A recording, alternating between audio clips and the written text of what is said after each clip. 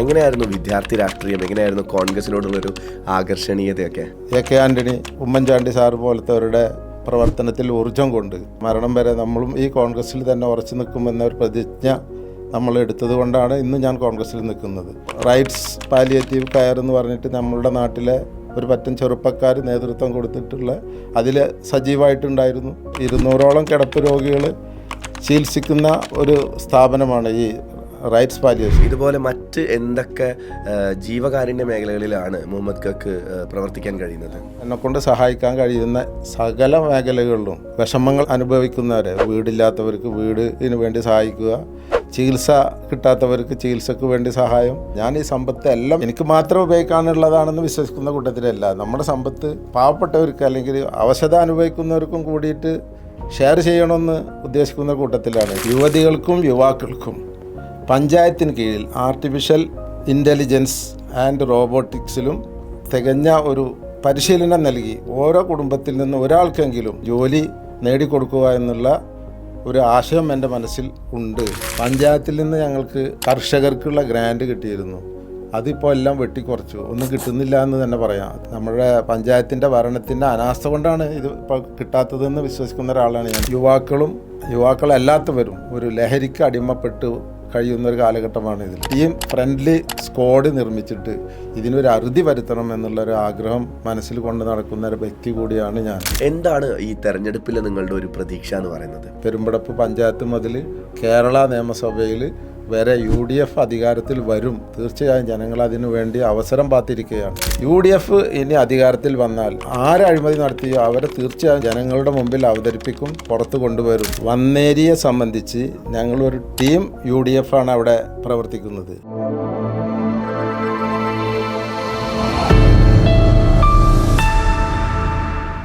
സാമൂഹിക പ്രവർത്തകനും പ്രവാസി മലയാളിയും ജീവകാരുണ്യ മേഖലകളിൽ ഒത്തിരി മികച്ച പ്രവർത്തനങ്ങളുമായി നാട്ടിൽ നിറസാന്നിധ്യമായി നിൽക്കുന്ന VR മുഹമ്മദ് സാറാണ് ഇന്ന് നമ്മളുടെ കൂടെ പോഡ്കാസ്റ്റിലുള്ളത്. നമസ്കാരം സാർ. നമസ്കാരം സാർ. എങ്ങനെയാണ് ഈ രാഷ്ട്രീയവും ബിസിനസ്സും ജീവിതവും ഒക്കെ ഒരുമിച്ച് കൊണ്ടുപോകുന്നത്? ഞാൻ പഠിക്കുന്ന കാലം മുതലേ ചെറിയ രൂപത്തിൽ രാഷ്ട്രീയത്തിൽ ആകൃഷ്ടയായിരുന്നു. അന്ന് KSUവിൽ തന്നെയാണ് അന്നും പ്രവർത്തിച്ചിരുന്നത്. ഇന്നും അതേ രാഷ്ട്രീയത്തിൽ തന്നെ പ്രവർത്തിച്ചു കൊണ്ടിരിക്കുകയാണ്. അത് പ്രവാസി ജീവിതത്തിൽ ബിസിനസ്സും ആദ്യകാലങ്ങളിൽ ജോലിയിലുണ്ടായിരുന്നപ്പോഴും നല്ല സമയമുണ്ടായിരുന്നു. അന്ന് മലയാളി സമാജവും KSC കേരള ആർട്സ് സെൻ്ററുമായൊക്കെ ബന്ധപ്പെട്ടിട്ട് പ്രവർത്തനത്തിൽ സജീവമായിരുന്നു. ഞങ്ങളുടെ സംഘടന പല ജീവകാരുണ്യ പ്രവർത്തനങ്ങൾക്കും നേതൃത്വം കൊടുക്കുന്നൊരു സംഘടനയായിരുന്നു പ്രിയദർശിനി. അന്ന് പ്രിയദർശിനിയാണ്, ഇന്ന് അത് ഇൻഗാസ് അബുദാബിയായി മാറി. അതിലും സജീവമായി ഇങ്ങോട്ട് റിട്ടയർമെൻ്റായി പോകുന്ന വരെ അതിൽ സജീവമായി പ്രവർത്തിച്ചിരുന്നു. KSUവിലാണ് തുടക്കം അല്ലേ? അതെ. ഒരു സാധാരണ ഗ്രാമത്തിലുള്ള ഒരു KSU പ്രവർത്തനം എങ്ങനെയായിരുന്നു? വിദ്യാർത്ഥി രാഷ്ട്രീയം എങ്ങനെയായിരുന്നു? കോൺഗ്രസിനോടുള്ളൊരു ആകർഷണീയത? എൻ്റെ സഹോദരനും കുടുംബവും എല്ലാവരും ഈ കോൺഗ്രസ് രാഷ്ട്രീയവുമായി ബന്ധപ്പെട്ടിട്ടായിരുന്നു ഉണ്ടായിരുന്നത്. അതുകൊണ്ടായിരിക്കാം ഞാനും അതിലൊരു ആകർഷ്ടയായത്. പഠിക്കുന്ന കാലങ്ങളിൽ വളരെ സജീവമായിട്ട് അതിലുണ്ടായിരുന്നു. ഹൈസ്കൂൾ ജീവിതത്തിലൊക്കെ ഇത് തന്നെ ആയിരുന്നു നമ്മളുടെ മുഖ്യ പഠിക്കുന്ന കാര്യത്തിലേക്കും മെജോറിറ്റി കൊടുത്തിരുന്നത് ഈ രാഷ്ട്രീയത്തിലും ജീവകാരുണ്യ പ്രവർത്തനത്തിലൊക്കെ ആയിരുന്നു. അന്നും ക്ലബ്ബുകളും കളികളും എല്ലാ സ്പോർട്സിലും എല്ലാം വളരെ സജീവമായിട്ടുണ്ടായിരുന്ന ഒരാളാണ് ഞാൻ. അതിലിടയ്ക്ക് ഇപ്പോൾ ഗൾഫിൽ പോയപ്പോൾ കുറേ കൂടി സമയം കൂടുതൽ നമുക്ക് കിട്ടി. ആ സമയം രാഷ്ട്രീയത്തിന് വേണ്ടി ഉപയോഗിക്കാനും ഞാൻ മടിച്ചില്ല, അതിൽ തുടർന്നു കൊണ്ടിരുന്നു. സന്തോഷം. ഞാൻ ചോദിക്കുന്നത്, ഇപ്പം ഈ KSU കാലഘട്ടത്തിലെ പ്രത്യേകിച്ച് ആ ഒരു വൈബ്രൻറ്റ് ഒരു മുഹമ്മദ് എന്ന് പറയുന്ന ഒരു ചൈൽഡ്ഹുഡ് അല്ലെങ്കിൽ ഒരു ടീനേജ് കാലത്താണല്ലോ അത്. അന്നത്തെ മറക്കാനാവാത്ത എന്തെങ്കിലും രാഷ്ട്രീയ പൊതുപ്രവർത്തന ഓർമ്മകളുണ്ടോ? രാഷ്ട്രീയ പ്രവർത്തനം എന്ന് പറഞ്ഞാൽ അന്ന് സംഘടനകളാണ് കൂടുതൽ ഞങ്ങളുടെ ഹൈസ്കൂൾ ജീവിതത്തിലുണ്ടായിരുന്നത്. KSUവിലൂടെ തന്നെ അത് അടിച്ചമർത്തി ഞങ്ങളുടെ ഒരു ആധിപത്യത്തിലായി ഞങ്ങൾ പഠിച്ചിരുന്ന വന്നേരി ഹയർ സെക്കൻഡറിയാണ് ഇപ്പോൾ ആ സ്കൂളിൽ. ഈ വിദ്യാർത്ഥി രാഷ്ട്രീയത്തിലുള്ളപ്പോൾ അന്ന് VM സുധീരൻ, MMSN പോലത്തെ പ്രഗത്ഭരായ നേതാക്കൾ, AK ആൻ്റണി ഉണ്ട്, അത് കുറേ കൂടി സീനിയറാണ്, ഉമ്മൻചാണ്ടി സാറ്, അങ്ങനെ എല്ലാവരും KSUവിലൂടെ വളർന്നു വന്ന അവരുടെ പ്രവർത്തനം കണ്ട് ഊർജം ഉൾക്കൊണ്ടുകൊണ്ടാണ് നമ്മൾ അതിൽ ആകൃഷ്ടരായെന്ന് പറയാം. അതാണ് എൻ്റെ സത്യം. Very good. ഞാൻ ചോദിക്കുന്നത് ഇപ്പം KSF പോലത്തെ ഒരു വിദ്യാർത്ഥി സംഘടനയ്ക്കെതിരെ അന്ന് നമ്മൾ KSU കാരനായിട്ട് മുഹമ്മദ് ഖാൻ്റെ നേതൃത്വത്തിൽ ഒരു വിഭാഗം ഫൈറ്റ് ചെയ്യാണ് അല്ലേ? അതത്ര ഈസി അല്ല. അപ്പോൾ അന്ന് എന്തെങ്കിലും പോലീസ് കേസുകളോ അല്ലെങ്കിൽ ആ വിജയത്തിന് വേണ്ടി നിങ്ങൾ നടത്തിയ പ്രയത്നങ്ങളൊക്കെ ഇപ്പോഴും മനസ്സിൽ തങ്ങി നിൽക്കുന്ന? കേസുകളിൽ ഉൾപ്പെട്ടിട്ടില്ല, പക്ഷേ സംഘടനകൾ സ്കൂളിൽ തുടർച്ചയായിട്ടുണ്ടായിരുന്നു. പിന്നെ സ്പോർട്സിൽ ഞാൻ വളരെ സജീവമായിരുന്നു. ഒരു 3 വർഷത്തെ ഹൈസ്കൂൾ ജീവിതത്തിലിടയ്ക്ക് 2 വർഷം ഞാനായിരുന്നു ജൂനിയർ ഇതിൻ്റെ ക്യാപ്റ്റനെ തിരഞ്ഞെടുത്തത്. കൂടുതൽ മെഡൽ നേടിയിട്ടും പോയിൻ്റ് നേടിയിട്ടൊക്കെ ആയിട്ട് ഒന്നും കുറേ കൂടി സ്ട്രോങ് ആയിരുന്നു എന്ന് വേണമെങ്കിൽ പറയാം. ശരിക്കും പറഞ്ഞു കഴിഞ്ഞാൽ ഒരു SFI കോട്ട അല്ലെങ്കിൽ അന്നത്തെ KSFൻ്റെ ഒരു കോട്ടയാണ് നമ്മൾ പിടിച്ചെടുത്തത്. എങ്ങനെയായിരുന്നു ആ പോരാട്ടം എന്ന് പറഞ്ഞാൽ അവരുമായി നിരന്തരം സംഘടനകളുണ്ടായിട്ടും ഇങ്ങോട്ടും കിട്ടും അങ്ങോട്ട് കൊടുത്ത് മേടിച്ച് വാങ്ങി അങ്ങനെ ഈ രാഷ്ട്രീയത്തിന് ഈ പ്രസ്ഥാനത്തിന് വേണ്ടി അടിയും കുത്തൊക്കെ കൊണ്ടതിൽപ്പെട്ടതിലാണ്. പോലീസ് കേസിലൊന്നും പെട്ടിട്ടില്ല. അന്ന് അങ്ങനെയല്ല. ഞങ്ങളുടെ നാട്ടിൽ പ്രഗത്ഭനായ ഒരു കോൺഗ്രസ് നേതാവ് ഉണ്ടായിരുന്നു, PT മോഹനകൃഷ്ണൻ സാർ. അദ്ദേഹം MLA ഒക്കെ ആയിരുന്ന ആളാണ്. അദ്ദേഹത്തിൻ്റെ ഒക്കെ ഒരു സംരക്ഷണത്തിലാണ് നമ്മൾ കേസുകളിൽ നിന്ന് എല്ലാം ഒഴിവായിട്ട് വന്നിട്ടുള്ളത്. കേസുകളുണ്ടായിരുന്നു എന്ന് പറഞ്ഞാൽ ഒഴിവായിട്ട് വന്നിട്ടുള്ളത് അങ്ങനെയാണ് അദ്ദേഹത്തിൻ്റെ ഒക്കെ പ്രവർത്തനം കണ്ടിട്ടും. പിന്നെ ഈ AK ആൻ്റണി പോലത്തെ, ഉമ്മൻചാണ്ടി സാറ് പോലത്തെവരുടെ പ്രവർത്തനത്തിൽ ഊർജം കൊണ്ട് നമ്മളും ആ ഒരു വഴിക്ക് തന്നെ മരണം വരെ നമ്മളും ഈ കോൺഗ്രസ്സിൽ തന്നെ ഉറച്ചു നിൽക്കുമെന്നൊരു പ്രതിജ്ഞ നമ്മൾ എടുത്തത് കൊണ്ടാണ് ഇന്ന് ഞാൻ കോൺഗ്രസ്സിൽ നിൽക്കുന്നത്. ഇപ്പോൾ സ്പോർട്സിലൊക്കെ വിദ്യാർത്ഥി കാലഘട്ടത്തിൽ ഭയങ്കര അടിപൊളിയായിട്ട് കാര്യങ്ങൾ ചെയ്തിട്ടുണ്ടായിരുന്നു അല്ലേ? ഇപ്പോഴും ആ ഒരു സ്പോർട്സ്മാൻ സ്പിരിറ്റ് നിങ്ങളുടെ സംസാരത്തിൽ നമുക്ക് ഫീൽ ചെയ്യുന്നുണ്ട്. എങ്ങനെയായിരുന്നു സ്പോർട്സിലൊക്കെയുള്ള പ്രവർത്തനങ്ങൾ, അല്ലെങ്കിൽ എന്തൊക്കെ ഗെയിംസിലൊക്കെ ആയിരുന്നു ഉണ്ടായിരുന്നത്? Shot put, hammer throw, javelin throw, അങ്ങനെ 4 ഐറ്റംസിൽ തുടർച്ചയായിട്ട് 3 വർഷം എനിക്ക് അതിൽ അവിടുന്ന് സ്കൂളിലെ ഏറ്റവും ടോപ്പ് ഞാനായിരുന്നു. പിന്നെ കബഡിയിൽ അവിടുത്തെ ക്യാപ്റ്റൻ ഞാനായിരുന്നു. ആ സ്കൂളിൻ്റെ തന്നെ ജില്ലാതലം വരെ പോയി. പക്ഷേ അവിടെ വെച്ചിട്ടൊരു അടി ഉണ്ടായാലും കൂടെ ഞങ്ങളെ അൺക്വാളിഫൈ ചെയ്തു. അങ്ങനെയാണ് അവിടുന്ന് വിടുന്നത്. സുബൈ നമസ്കാരം കഴിഞ്ഞു നേരെ പോകുന്നത് ഈ വന്നേരി ഗ്രൗണ്ടിലേക്കാണ്. എക്സസൈസ് ചെയ്യുക, കളിക്കുക, ജിമ്മെടുക്കുക, അങ്ങനെ എന്തൊക്കെ പറ്റുന്നോ അതൊക്കെ ചെയ്യും.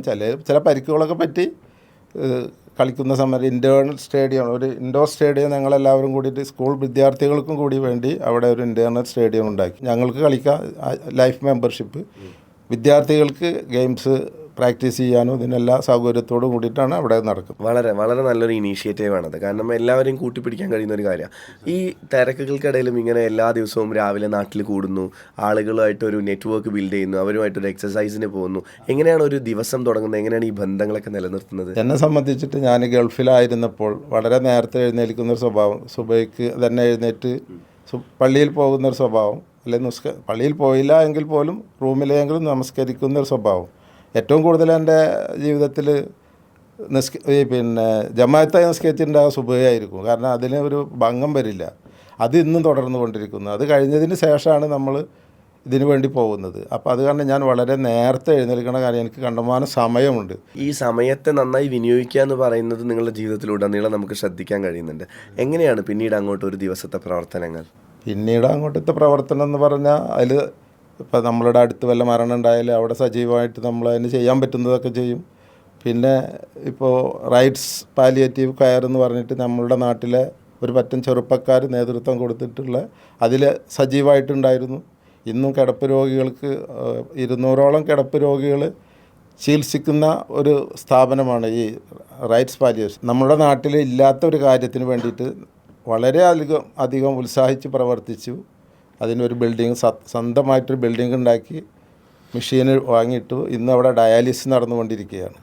അപ്പോൾ അതിന് വളരെ സജീവമായി പ്രവർത്തിച്ചതിന് എനിക്ക് അള്ളാഹു വലിയ അനുഗ്രഹമാണ് ചെയ്തു തന്നതെന്ന് ഞാൻ പ്രതീക്ഷിക്കുന്നു. സന്തോഷം. ഞാൻ ചോദിക്കുന്നത് എങ്ങനെയായിരുന്നു തണൽ എന്നൊരാശയത്തിലേക്ക്, അല്ലെങ്കിൽ റൈറ്റ്സ് എന്ന് പറയുന്ന ഒരു ആശയത്തിലേക്ക് മുഹമ്മദ് സാറിൻ്റെ നേതൃത്വത്തിലുള്ള ഒരു ടീം എത്തിയത്? ഈ റൈറ്റ്സ് രൂപീകരണ സമയത്ത് ഞാൻ സ്ഥലത്തില്ല, എൻ്റെ സഹോദരങ്ങളും സുഹൃത്തുക്കളുമാണ്.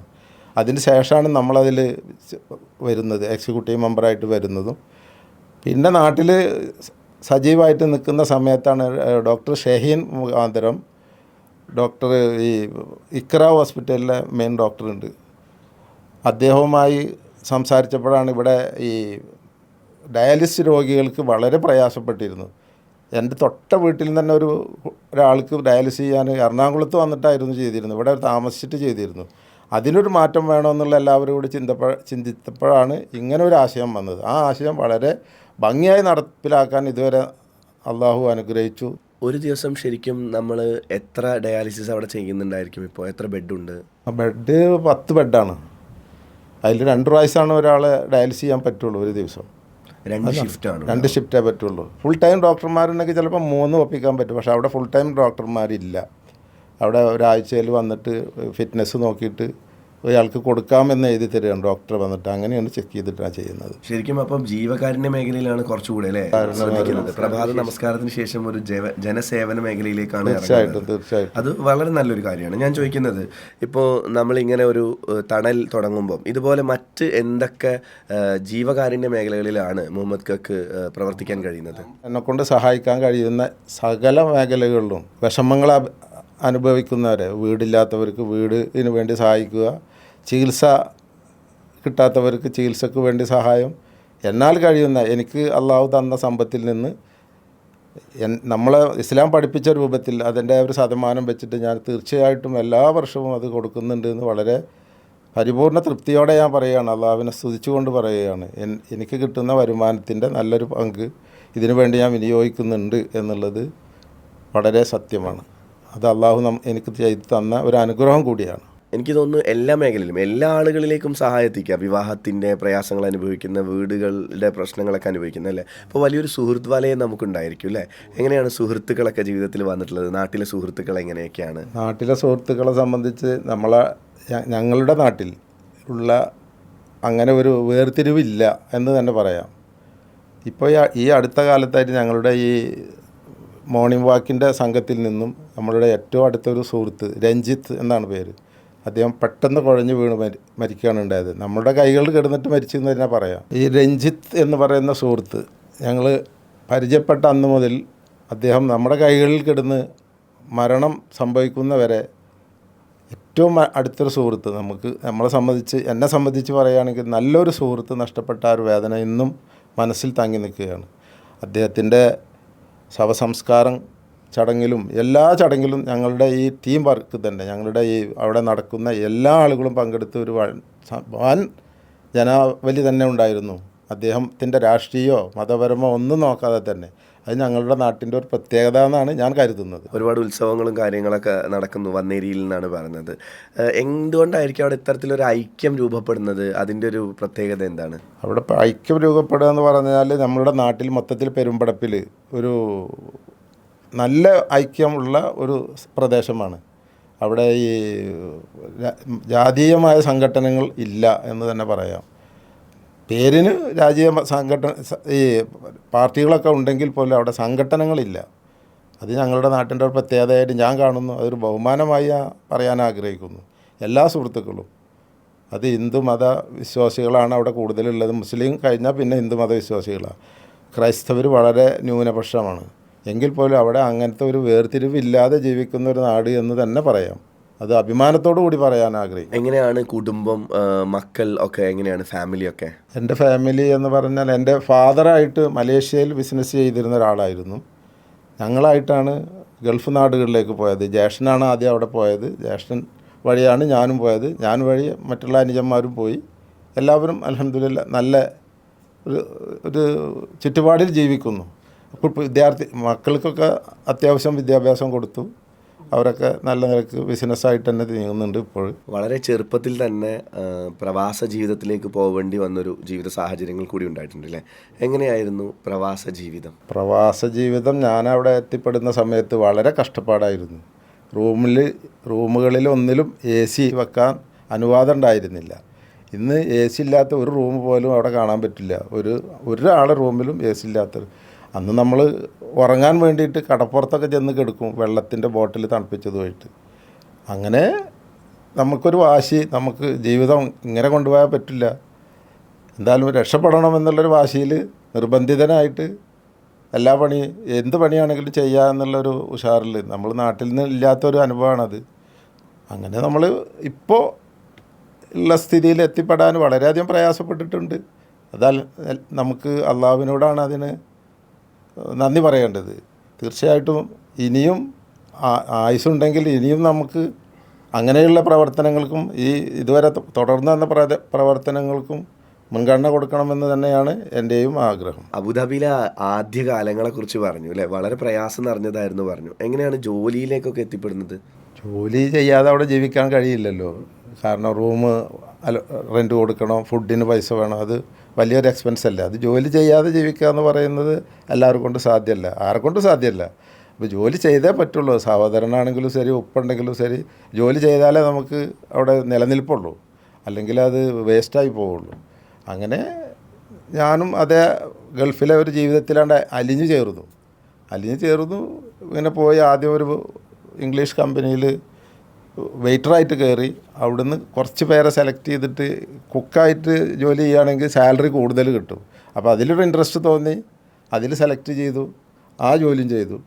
അങ്ങനെ ഉള്ള സമയത്താണ് ഡിഫൻസിൽ ആളെടുക്കുന്നതെന്ന് പറഞ്ഞപ്പോൾ അവിടെ കൊടുത്തപ്പോൾ അവിടെ കിട്ടി. അവിടെ ജോലി ചെയ്തു 18 വർഷത്തോളം. സോൾജറായിട്ട് ജോലി ചെയ്തു. സോൾജറാണ് പ്രൊഫഷൻ. നമ്മൾ ചെയ്യുന്ന ജോലി വേറെ ആളായിരിക്കും. അത് പിന്നെ സാലറി കുറച്ചപ്പോൾ ഞാൻ റിസൈൻ ചെയ്തു, ബിസിനസ്സിലേക്ക് ഇറങ്ങുകയാണ്. അതിൻ്റെ മുന്നേ തന്നെ ബിസിനസ് തുടങ്ങി വെച്ചിരുന്നു.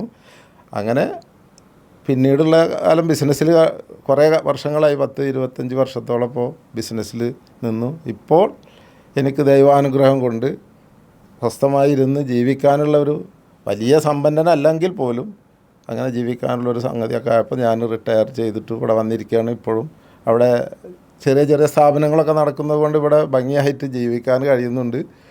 പിന്നെ തൃശ്ശൂരിൽ ഒരു ചെറിയൊരു ബിൽഡിംഗ് ഉണ്ട് എൻ്റേതായിട്ട്, VRM ടവർ എന്ന് പറഞ്ഞിട്ട്. ഈ നേട്ടത്തിനൊക്കെ ഉള്ള കാരണം എന്താണെന്ന് വെച്ചാൽ, എന്നെ സംബന്ധിച്ച് പറയുകയാണെങ്കിൽ ഞാൻ തോറ്റ് പിന്മാറുന്നില്ല, അല്ലെങ്കിൽ എനിക്ക് പറ്റില്ല എന്നൊരു തീരുമാനത്തിൽ ഞാൻ എത്താതെ മുന്നോട്ട് പോയത് കൊണ്ടാണ് ഇപ്പോൾ ഈ പറഞ്ഞ ചെറിയ രൂപത്തിലാണെങ്കിൽ പോലും ഞാൻ എത്തിയത്. അത് ദൈവത്തിൻ്റെ സഹായം കൊണ്ടും എൻ്റെ ദൃഢനിശ്ചയം തന്നെയാണെന്ന് ഞാൻ വിശ്വസിക്കുന്നു. അതിന് ദൃഢനിശ്ചയം എടുക്കണമെങ്കിലും ദൈവം നമ്മളെ സഹായിക്കണം. അതിലാണ് ഞാൻ വിജയിച്ചിട്ടുള്ളതെന്ന് ഞാൻ പറയാം, വിജയിച്ചെന്ന് തന്നെ പറയാം. ഞാൻ ഈ സമ്പത്ത് എല്ലാം ഞാൻ തന്നെ ഉപയോഗിക്കണമെന്ന്, എനിക്ക് മാത്രം ഉപയോഗിക്കാനുള്ളതാണെന്ന് വിശ്വസിക്കുന്ന കൂട്ടത്തിലല്ല. നമ്മുടെ സമ്പത്ത് പാവപ്പെട്ടവർക്ക് അല്ലെങ്കിൽ അവശത അനുഭവിക്കുന്നവർക്കും കൂടിയിട്ട് ഷെയർ ചെയ്യണമെന്ന് ഉദ്ദേശിക്കുന്ന കൂട്ടത്തിലാണ് ഞാൻ മനസ്സിലാക്കുന്നത്. അബുദാബിയിലാവുമ്പോഴും ജോലിയിലായിരിക്കുമ്പോഴും നിങ്ങൾ ഇൻഗാസ് പോലെയുള്ള ഈ കോൺഗ്രസ് ബന്ധം വിട്ട് കളഞ്ഞിട്ടേ ഇല്ല. എങ്ങനെയായിരുന്നു അബുദാബിയിലെ രാഷ്ട്രീയ പ്രവർത്തനം അല്ലെങ്കിൽ അവിടുത്തെ സാമൂഹ്യ പ്രവർത്തനം? എന്നെ സംബന്ധിച്ച് പറയുകയാണെങ്കിൽ നാട്ടിലെ രാഷ്ട്രീയ പ്രവർത്തനത്തിനായും ഏറ്റവും ഉജ്ജ്വലമായത് അബുദാബിയിൽ ഇരിക്കുമ്പോഴാണ്. ഇവിടെ കുതികാൽ വിട്ടും തുറന്ന് ആളെ താഴെ ഇടി അങ്ങനെയൊക്കെ ഉള്ളത്. അവിടെ അങ്ങനെയല്ല. അവിടെ ജോലി കഴിഞ്ഞ് വരുന്ന സമയങ്ങളിൽ നമ്മൾ സജീവമായി പ്രവർത്തിക്കാൻ പറ്റും. ആരും ഒരു തടസ്സമില്ല. ഈ നാട്ടിൽ പ്രവർത്തിക്കുന്നതിനേക്കാളും ഇഷ്ടമായിട്ട് തോന്നുന്നത് അവിടെ പ്രവർത്തിക്കാനായിരുന്നു. എന്തൊക്കെയായിരുന്നു പ്രവാസ ലോകത്ത്, പ്രത്യേകിച്ച് മലയാളികൾ ഒരു വേറെ നാട്ടിൽ പോയി നിൽക്കുന്ന സമയത്ത് ഇൻഗാസിൻ്റെ ഭാരവാഹിയായിട്ടുണ്ടല്ലേ? ഇൻഗാസ് മലയാളി സമാജത്തിലൊക്കെ നിങ്ങൾ ഭാരവാഹിത്വത്തിൽ വന്നിട്ടുണ്ട്. അതിലൂടെയൊക്കെയുള്ള പ്രവർത്തനങ്ങൾ എങ്ങനെയായിരുന്നു? എന്തായിരുന്നു പ്രധാനമായിട്ട് വന്ന് ചെയ്തിരുന്നത്? അതിൽ പ്രധാനമായിട്ട് ചെയ്തിരുന്നത് ഈ പ്രിയദർശിനിയിലുള്ള കാലഘട്ടത്തിൽ പ്രധാനമായി സഹായങ്ങൾ ചെയ്യാൻ വേണ്ടി നമ്മൾ ബ്ലഡ് ഡൊണേറ്റ് ചെയ്യുമായിരുന്നു. അന്ന് അവിടെ 200 ദിർഹം ഒരാളുടെ ബ്ലഡ് കൊടുത്താൽ കിട്ടിയിരുന്നു. അത് ഈ സംഘടന കളക്ട് ചെയ്തിട്ട് ബുദ്ധിമുട്ടുകൾ വരുന്ന രോഗികൾക്കും കുടുംബങ്ങൾക്കും സംഘടനകൾക്കും അയച്ചു കൊടുത്തിരുന്നു. ഈ പ്രിയദർശിനി എന്ന് പറയുന്ന സംഘടന 200 രൂപ ഒരാൾ ബ്ലഡ് കൊടുത്താൽ അന്ന് ഗവൺമെൻറ് തന്നെ. ഇന്നില്ലാതെ, ഇന്ന് തികച്ചും ഫ്രീ ആണ്. കോവിഡ് വന്നപ്പോഴൊക്കെ റൂമിലിരുന്ന് പുറത്തിറങ്ങാൻ പറ്റാത്തവർക്ക് സഹായം, ഭക്ഷണ സാധനങ്ങൾ എത്തിക്കുക, ഓരോ ഫ്ലാറ്റുകളിലും എത്തിക്കുക, ടിക്കറ്റിന് പാകമില്ലാത്തവർക്ക് ടിക്കറ്റ് എടുത്ത് കൊടുക്കുക, ഇങ്ങനെയുള്ള പ്രവർത്തനങ്ങൾക്കായിരുന്നു അവിടെ മുൻഗണന കൊടുത്തിരുന്നത്. ഇൻഗാസ് ആയപ്പോഴാണ് അതായത്, പ്രിയദർശിനി ആയപ്പോഴല്ല എന്ന് മാത്രം. ഇൻഗാസിൻ്റെയും അല്ലെങ്കിൽ പ്രിയദർശിനിയുടെ ഒക്കെ ഏതെല്ലാം പദവികളിലൂടെയാണ് നിങ്ങൾ പോയിട്ടുള്ളത്? പ്രിയദർശിനിയുടെ വൈസ് പ്രസിഡൻറ്റ്, ജോയിൻറ്റ് സെക്രട്ടറി എന്നുള്ള രൂപത്തിൽ, ഇൻഗാസിൻ്റെ രക്ഷാധികാരി, പ്രസിഡൻറ്റ് എന്ന രൂപത്തിലും ഇരുന്നിട്ടുണ്ട്. എല്ലാ തസ്തികകളിലും ഇരുന്നിട്ടുണ്ട്. ട്രഷറർ അങ്ങനെയൊക്കെ ഇരുന്നിട്ടുണ്ട്. രക്ഷാധികാരിയായിട്ടാണ് ഇപ്പോൾ ഞാൻ പോരുമ്പോൾ അബുദാബി പ്രിയദർശിനിയുടെ രക്ഷാധികാരിയായിരുന്നു. പാർട്ടിയുടെ വളരെ അടിത്തട്ടിൽ നിന്ന് പ്രവർത്തിച്ച് വന്നൊരു പാരമ്പര്യം ശരിക്കും നാട്ടിലും ദുബായ് അബുദാബിയിലും ഒക്കെ നിങ്ങൾക്കുണ്ട് എന്നുള്ളതാണ് അല്ലേ? ഈ അവിടുത്തെ ഏറ്റവും വലിയൊരു ചലഞ്ച് എന്തായിരിക്കും? ഇപ്പം ഇൻഗാസിലൊക്കെ പ്രവർത്തിക്കുന്ന സമയത്ത് നമുക്ക് ഉണ്ടാകുന്നൊരു വെല്ലുവിളി എന്താണ്? നമ്മൾ പ്രവർത്തിക്കുമ്പോൾ നമ്മളുടെ കണ്ടമാനം ജനങ്ങളുമായിട്ടുള്ള ഇടപഴകൽ അതൊരു വലിയ ഒരു ക്രെഡിറ്റാണ്. മലയാളികൾ മാത്രമല്ല എല്ലാ നാട്ടുകാരുമായിട്ട് ഇടപഴകിയിട്ടുള്ള നമുക്ക് ജനങ്ങളുമായിട്ട് ഇടപഴകാനുള്ള ഒരു പരിജ്ഞാനം, അതൊരു വലിയൊരു മുതൽക്കൂട്ടായിട്ടാണ് ഞാൻ കാണുന്നത്. ഏറ്റവും വലിയ മുതൽക്കൂട്ട് ഇപ്പോൾ ഗൾഫിൽ പോയാൽ പറയുന്നതിൽ ഒന്നതാ. കുറേ സൗഹൃദങ്ങൾ, കുറേ സുഹൃത്തുക്കൾ എല്ലാ നാട്ടുകാരിലും ഉണ്ടായി എന്നുള്ളത് വലിയൊരു അനുഗ്രഹമായിട്ട് കണക്കാക്കാതിരിക്കാൻ പറ്റില്ല. ഒരു വ്യവസായി എന്ന നിലക്കും ഒരു പൊതുപ്രവർത്തകൻ എന്ന നിലക്കും നാടിനെ കുറിച്ച് നമുക്ക് ഒരുപാട് സ്വപ്നങ്ങളുണ്ടാവും, വികസന സ്വപ്നങ്ങളൊക്കെ ഉണ്ടാവും. എന്താണ് ഒരു പൊതുപ്രവർത്തകൻ എന്ന നിലക്ക് വന്നേരിയെ കുറിച്ചിട്ടുള്ള നിങ്ങളുടെ ഒരു സ്വപ്നങ്ങൾ? പൊതുപ്രവർത്തകൻ എന്നുള്ള നിലക്കും പല നാടുകളും സന്ദർശിച്ചിട്ടുള്ള അനുഭവം വെച്ച് പറയുകയാണെങ്കിൽ എൻ്റെ നാടിനെ മോശമാക്കി പറയുകയല്ല വേണ്ടത്. എൻ്റെ നാടിൽ ഇന്ന് ഏറ്റവും മോശമായ രീതിയിലാണ് പഞ്ചായത്ത് റോഡുകൾ വളരെ മോശമായിട്ട് യാത്രാ യോജ്യമല്ലാത്ത രൂപത്തിലാണ് കിടക്കുന്നത്. അതിനെ ഒരു മാറ്റം വരുത്തണം എന്നുള്ളത് ആദ്യമായിട്ടുള്ള. പിന്നെ നമ്മുടെ സ്കൂളുകളിൽ വളർന്നു വരുന്ന കുട്ടികൾക്ക് ഒരു സ്കിൽഡ് ഡെവലപ്മെൻറ്റ് സ്കീം കൊണ്ടുവന്നിട്ട് കുട്ടികളുടെ ഉയർച്ചയ്ക്ക് വേണ്ടി പരിശ്രമിക്കണമെന്നും, പിന്നെ ഒരു വയോജന പാർക്ക്, അത് എവിടെയും അടുത്ത പ്രദേശത്തൊന്നും ഇല്ലാത്തതാണ്. ഒരു വയോജന പാർക്ക് എൻ്റെ ഒരു സ്വപ്നമാണ്. സ്ത്രീകൾക്ക് സൗജന്യമായി ഡ്രൈവിംഗ് പഠിപ്പിക്കുക, അത് പഞ്ചായത്തിൻ്റെ കീഴിൽ. കൂടാതെ യുവതികൾക്കും യുവാക്കൾക്കും പഞ്ചായത്തിന് കീഴിൽ ആർട്ടിഫിഷ്യൽ ഇൻ്റലിജൻസ് ആൻഡ് റോബോട്ടിക്സിലും തികഞ്ഞ ഒരു പരിശീലനം നൽകി ഓരോ കുടുംബത്തിൽ നിന്ന് ഒരാൾക്കെങ്കിലും ജോലി നേടിക്കൊടുക്കുക എന്നുള്ള ഒരു ആശയം എൻ്റെ മനസ്സിൽ ഉണ്ട്. അത് തീർച്ചയായിട്ടും നടപ്പാക്കുക തന്നെ ചെയ്യും. പൊന്നാനിയിൽ നിന്ന് ഗുരുവായൂർക്കുള്ള സ്ഥലത്തിൻ്റെ സെൻറ്ററിലാണ് എൻ്റെ പ്രദേശം നടന്ന പെരുമ്പടപ്പ്. എൻ്റെ കുട്ടിക്കാലം മുതൽ ഞാൻ കാണുന്നുണ്ട് അയ്യപ്പ ഭക്തർ വളരെ നഗ്നപാതരായിട്ട് നടന്നു പോകുന്ന, വളരെ വൈകിട്ടും പുലർച്ചെയും തണുപ്പത്തും എല്ലാ സമയത്തും ഇങ്ങനെ പോകുന്ന ആ കാലം മുതൽ എനിക്ക് മനസ്സിലുള്ളൊരാശയമുണ്ട്. ഇവർക്കൊരു ഷെൽട്ടർ, ഇവർക്കൊരു തങ്ങാനുള്ള ഒരു സ്ഥലം, അതൊരു പഞ്ചായത്തിൻ്റെ കീഴിലാണെങ്കിൽ വളരെ നന്നായിരുന്നു. അങ്ങനെയുള്ള ഒരു ആഗ്രഹം ഭാവിയിൽ നടപ്പിലാക്കാൻ കഴിയും എന്നുള്ളൊരു വിശ്വാസത്തിലാണ് ഞാനിരിക്കുന്നത്. അതിന് എല്ലാവരും കൂടി സഹകരിക്കണം എന്നുകൂടി പറയാൻ ആഗ്രഹിക്കുന്നു. നാട്ടിലൊരു പൊതുപ്രവർത്തനത്തിൻ്റെ ഒരു വൈബ് സ്വീകരിച്ച ഒരു ലീഡറാണ് നിങ്ങൾ. എന്താണ് ഇത്ര ആവേശത്തിൽ ഈ കോൺഗ്രസ് പാർട്ടിയിൽ പ്രവർത്തിക്കാനുള്ളൊരു കാരണം? വന്നേരിയെ സംബന്ധിച്ച് ഞങ്ങളൊരു ടീം UDF ആണ് അവിടെ പ്രവർത്തിക്കുന്നത്. അതിൽ വയോജനങ്ങൾ മുതൽ യൂത്ത് കോൺഗ്രസ്, ചെറിയ പിള്ളേർ, ഇവരെല്ലാം ഒരു ടീമായി ഞങ്ങൾ പ്രവർത്തിക്കുന്ന കാരണം അവിടെ UDF എന്നൊരു വൻ ശക്തി തന്നെയാണ്. മറ്റുള്ള രാഷ്ട്രീയക്കാരെ അപേക്ഷിച്ചിട്ട് UDFനുള്ള ശക്തി അജയ്യമാണ് അവിടെ. അത് അരക്കിട്ടുറപ്പിക്കുക എന്നൊരു ഉദ്ദേശത്തോടു കൂടി തന്നെയാണ് ചെറിയ പ്രായത്തിൽ തുടങ്ങി ഈ പ്രായത്തിലും ഈ പ്രസ്ഥാനത്തോട് ഇത്രയും അടുത്ത് ഹൃദയത്തിൽ സൂക്ഷിച്ചുകൊണ്ട് ഞാൻ പ്രവർത്തിക്കുന്നത്. അതിന് അനുഗ്രഹം തന്ന സർവശക്തനോട് ഞാൻ എന്നും നന്ദി പറയുന്നു. വന്നേരി ഒരുപാട് ഉത്സവങ്ങളുടെയും നേർച്ചകളുടെയൊക്കെ നാടാണ് അല്ലേ? അതെ അതെ. എന്തൊക്കെയാണ് അവിടുത്തെ പ്രധാന ഉത്സവങ്ങളൊക്കെ? അവിടുത്തെ പ്രധാന ഉത്സവങ്ങൾ എന്ന് പറഞ്ഞാൽ കുഴപ്പുള്ളി വേല എന്ന് പറയും ഞങ്ങൾ. കുഴപ്പുള്ളി ഉത്സവമാണ്, കുഴപ്പുള്ളി ഉത്സവം. പിന്നെ നൂണക്കടവ് ഉത്സവം, നീർച്ച എന്ന് പറയും അതിനെ. കൂടാതെ വന്നേരിയിൽ കൊരച്ചനാട്ട അമ്പലത്തിലെ ഉത്സവം. ഈ വക ഉത്സവങ്ങളും പള്ളികളുടെ നേർച്ചകളും എല്ലാം. പിന്നെ പുത്തമ്പള്ളി നേർച്ച, അത് അന്നദാനമാണ് അവിടെ പ്രധാനമായിട്ട് നടക്കുന്നത്. ഇതെല്ലാം അവിടെ മതസൗഹാർദ്ദത്തിൻ്റെ ഒരു പ്രതീകമായിട്ടാണ് നടക്കുന്നത്. എല്ലാവരും എല്ലാ കമ്മിറ്റികളിലും ഉണ്ടാവും. ഇത് ഈ ഉത്സവ കമ്മിറ്റികളിൽ മുസ്ലിങ്ങളുണ്ടാവും. പള്ളി കമ്മിറ്റികളിൽ നടക്കുന്ന കാര്യങ്ങൾക്ക് ഹെൽപ്പ് ചെയ്യാൻ അന്യമതസ്ഥർ ധാരാളമായി പങ്കെടുക്കുന്നു. ഇപ്പോൾ ഈ നൂണക്കടവ് നീർച്ച എന്ന് പറഞ്ഞാൽ നീർച്ച എന്ന് ഞങ്ങൾ പറയുന്നുണ്ടെങ്കിലും കൊടികയറ്റാണ് അവിടുത്തെ പ്രധാനം. അത് കഴിഞ്ഞാൽ പിന്നെ ആന, പൂരം, ഇങ്ങനെയുള്ള കാര്യങ്ങൾക്കൊക്കെ എല്ലാ മതസ്ഥരും ഒറ്റക്കെട്ടായി നിന്നുകൊണ്ട് വിജയിപ്പിക്കുക എന്നുള്ളതാണ് അവിടുത്തെ പ്രധാന ഒരു ഘടകം. അത് പെരുമ്പടപ്പിൽ മാത്രമായിട്ട് കാണുന്നതാണെന്നാണ് എൻ്റെ വിശ്വാസം. ഉത്സവങ്ങൾ ഒക്കെ ഉണ്ടാകുമ്പോഴുള്ള ഒരു പ്രയാസം, ഈ റോഡ് ബ്ലോക്ക് വരുന്നു. ഹോസ്പിറ്റൽ പോകുന്നവർക്ക്, യാത്ര പോകുന്നവർക്കൊക്കെ വരുന്ന ഈ റോഡ് തടസ്സം, അതൊരു സിസ്റ്റമാറ്റിക്കായിട്ട് ഒരു പരിഹരിക്കാനുള്ള ഒരു മാർഗം കണ്ടെത്തണമെന്ന് എനിക്ക് കുറേ കാലങ്ങളായിട്ട് മനസ്സിൽ കൊണ്ടു നടക്കുന്ന ഒരു വ്യക്തിയാണ് ഞാൻ. ബിസിനസ്സിലാണെങ്കിലും രാഷ്ട്രീയത്തിൽ അല്ലെങ്കിൽ പൊതുപ്രവർത്തനത്തിലാണെങ്കിലും ഒരുപോലെ നിറഞ്ഞു നിൽക്കുക എന്ന് പറയുന്നത് ഒരു മനുഷ്യനെ സംബന്ധിച്ച് അത്ര ഈസി ആയ കാര്യമല്ല. എങ്ങനെയാണ് മുഹമ്മദ് ഖാ ഇതിനെ രണ്ടിനെയും മാനേജ് ചെയ്യുന്നത്? 20-25 വർഷങ്ങൾക്ക് മുന്നേ ഇട്ട ഒരു പ്ലാനാണ് റോയൽ ഓഡിറ്റോറിയം എന്ന ഒരു സ്കീം. അന്ന് ആ കാലങ്ങളിൽ പെരുമ്പടപ്പ് പഞ്ചായത്തിൽ ഓഡിറ്റോറിയം ഇല്ല. ആ കാലഘട്ടത്തിൽ തുടങ്ങിയ ഓഡിറ്റോറിയം ഇന്ന് നിലനിൽക്കുന്നു. അത് ഞങ്ങളുടെ കൂട്ടമായ പ്രവർത്തനത്തിൻ്റെ ഫലമായിട്ട് ഇന്നും ഐക്യത്തിൽ നിലനിൽക്കുന്നു. 2 പേര് അതിൽ മരിച്ചു പോയെന്നല്ലാതെ ആരും അതിൽ നിന്ന് പാർട്ട്ണർഷിപ്പ് പിരിഞ്ഞിട്ടോ ഒന്നും ഇതുവരെ പോയിട്ടില്ല. നല്ല നിലക്ക് ഇന്നും ആ ഓഡിറ്റോറിയം നടന്നുകൊണ്ടിരിക്കുന്നു. അതിൻ്റെ കാലാകാലങ്ങൾ വരുന്ന മാറ്റങ്ങൾക്കനുസരിച്ചിട്ട് മാറ്റങ്ങൾ വരുത്തിക്കൊണ്ട് അത് മുന്നോട്ട് കൊണ്ടുപോകാൻ എന്നെക്കൊണ്ട് അല്ലെങ്കിൽ ഞങ്ങളെക്കൊണ്ട് കഴിയുന്നുണ്ട്. അതൊരു വലിയ ഒരു കാര്യമായി ഞാൻ കാണുന്നു. ഇത്രയും പേരെ ഒന്നിച്ച് കൊണ്ടുപോവുക എന്ന് പറയുന്നത്. ഇത് ഞങ്ങൾ തുടക്കത്തിൽ അന്ന് നാട്ടുകാർ പറഞ്ഞിരുന്നത് ഇത് ഒരു 6 അല്ലെങ്കിൽ ഒരു വർഷത്തിൻ്റെ ഉള്ളിൽ തല്ലി പിരിയുന്നതാണ്. ഇതേവരെ പിരിഞ്ഞിട്ടില്ല എന്നുള്ളത് എടുത്തു പറയേണ്ട ഒരു കാര്യമാണ്.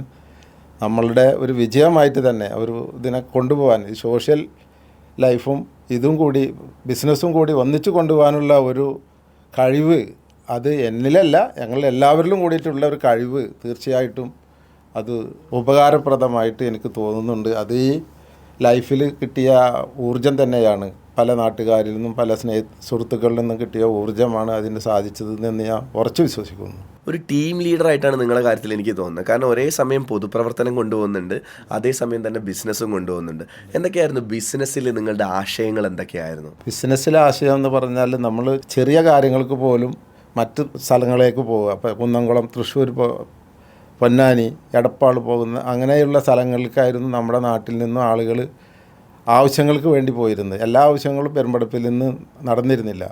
അതിൽ പെട്ടത് തന്നെയാണ് ഈ ഒരു സ്വർണ്ണക്കട അല്ലെങ്കിൽ ഒരു ടെക്സ്റ്റൈൽസ്, ഒരു സൈക്കിൾ ഷോപ്പ് അല്ലെങ്കിൽ ഒരു ഓഡിറ്റോറിയം. ഇതൊക്കെ നമ്മളുടെ നാട്ടിൽ തന്നെ ഉണ്ടായാൽ നമ്മളുടെ നാട്ടിൽ അതിൻ്റെ പുരോഗതി നമ്മുടെ നാട്ടിലുള്ള എല്ലാവർക്കും അനുഭവിക്കാൻ കഴിയുമെന്നുള്ളൊരാശയം ആദ്യകാലം മുതൽക്ക് തന്നെ എന്നിലുണ്ടായിരുന്നു. അതിപ്പോൾ ഒരുവിധം എല്ലാം പെരുമ്പടപ്പിൽ തന്നെ ഉണ്ട്. അതൊരു നല്ലൊരു ആഗ്രഹം സഫലീകരണം കൂടിയായിട്ട് ഞാൻ മനസ്സിൽ കണ്ടുകൊണ്ട് നടന്നത് ഇന്നും അങ്ങനെ തന്നെ നടന്നു പോകുന്നത്. അതിൻ്റെ ചെയർമാനായിട്ട് ഇപ്പോഴും ഞാൻ തന്നെയാണ് ഇരിക്കുന്നത്. ഈ ഓഡിറ്റോറിയത്തിൻ്റെ നല്ല നിലക്ക് പോകുന്നു ദൈവത്തിൻ്റെ സഹായം കൊണ്ട്.